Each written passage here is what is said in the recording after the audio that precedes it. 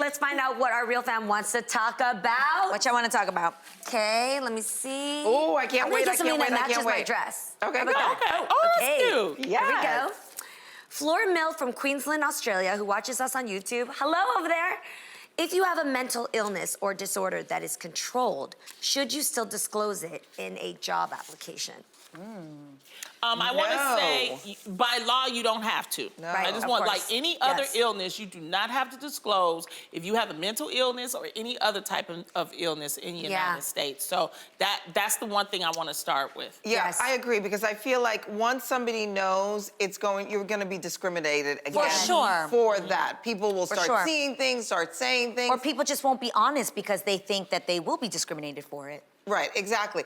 And I think if it's something that you can control, then control it. We have other things. People have high blood pressure. They're not putting that out there. Do you know what I mean? Right. I think it's for everybody's safety and also for your own privacy. Not everybody needs to know. And if it's something that's completely out of control, eventually the other employees will notice, will know. Yeah, when I was a project manager, we had a young man, you could definitely tell that he had a mental illness, but you know, he was able to function and work and everything. And my mom was a nursing assistant at mental health facilities when I was growing up. So I'm really accustomed to being around mentally ill patients and things like that. So I could really see what he was going through. The one thing that I did, you know, because I was the manager, I would talk to him. And the one thing I said, you know, I just said, look, if one day you're not feeling well, it's okay to take a day off. But I told that to everybody. Yeah. But I said to him, I said, if you don't feel well, Right. you don't have to come to work. How did You'll he be take it? fine. Well, one day he didn't come, and he didn't come for 2 months.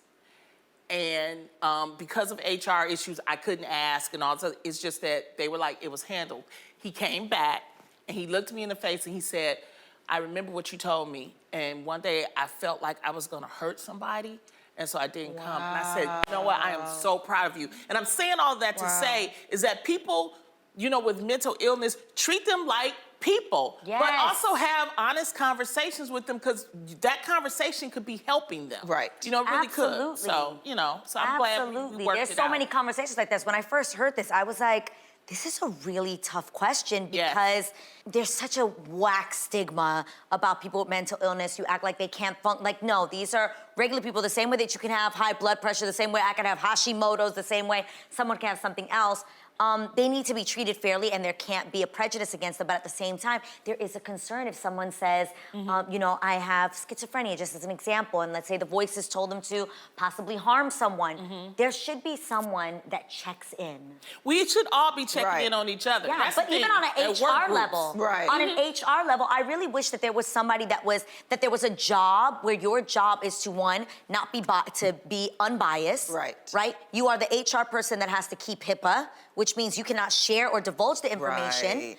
And that you also can do check-ins and ask if people are okay and keep people safe while at the same time being kind and recognizing that people absolutely can function and do their job to an amazing ability. Yeah. And also make sure that they're okay. But sometimes you don't know that a person's having a mental issue. Yeah. You know, it's like there's the obvious Checking ones, in. and there's the anxiety, that's all that kind of stuff. And one day you may just snap, so you never know. You just Right, never you know. never So know. true. Exactly.